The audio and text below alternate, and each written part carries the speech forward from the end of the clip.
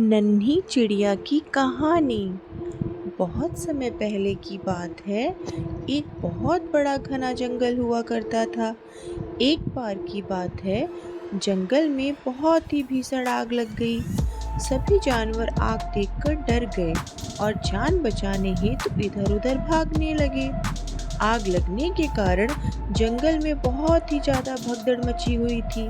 हर कोई अपनी जान बचाने के लिए इधर उधर भाग रहा था। इस जंगल में एक नन्ही सी चिड़िया भी रहती थी। चिड़िया ने देखा सभी जानवर बहुत भयभीत हैं। इस आग लगे हुए जंगल में मुझे जानवरों की मदद करनी चाहिए। ये सोचकर नन्ही सी चिड़िया एक नदी के पास चली गई। नदी में जाने के बाद चिड़िया अपनी छोटी सी चोंच नदी का जल भरकर आग बुझाने का प्रयास करने लगी।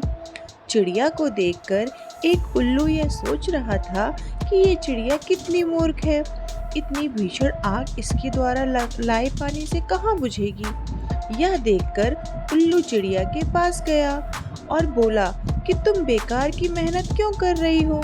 तुम्हारे लाए पानी से यह आग कहाँ बुझेगी। इस पर चिड़िया ने बड़ी ही विनम्रता से जवाब दिया कि मुझे बस अपना प्रयास करते रहना है, चाहे आग कितनी भी भयंकर हो। यह सुनकर उल्लू बहुत ही ज़्यादा प्रभावित हुआ और चिड़िया के साथ आग बुझाने में लग गया।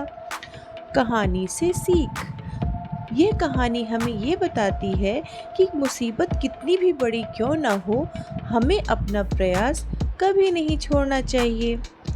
बच्चों, आप भी कभी भी कितनी भी मुसीबत में क्यों ना हो, अपना प्रयास करना मत छोड़ना और हमारे साथ ऐसे ही जुड़े रहना अच्छी अच्छी कहानी और अच्छी अच्छी सीख के लिए। थैंक यू बच्चों।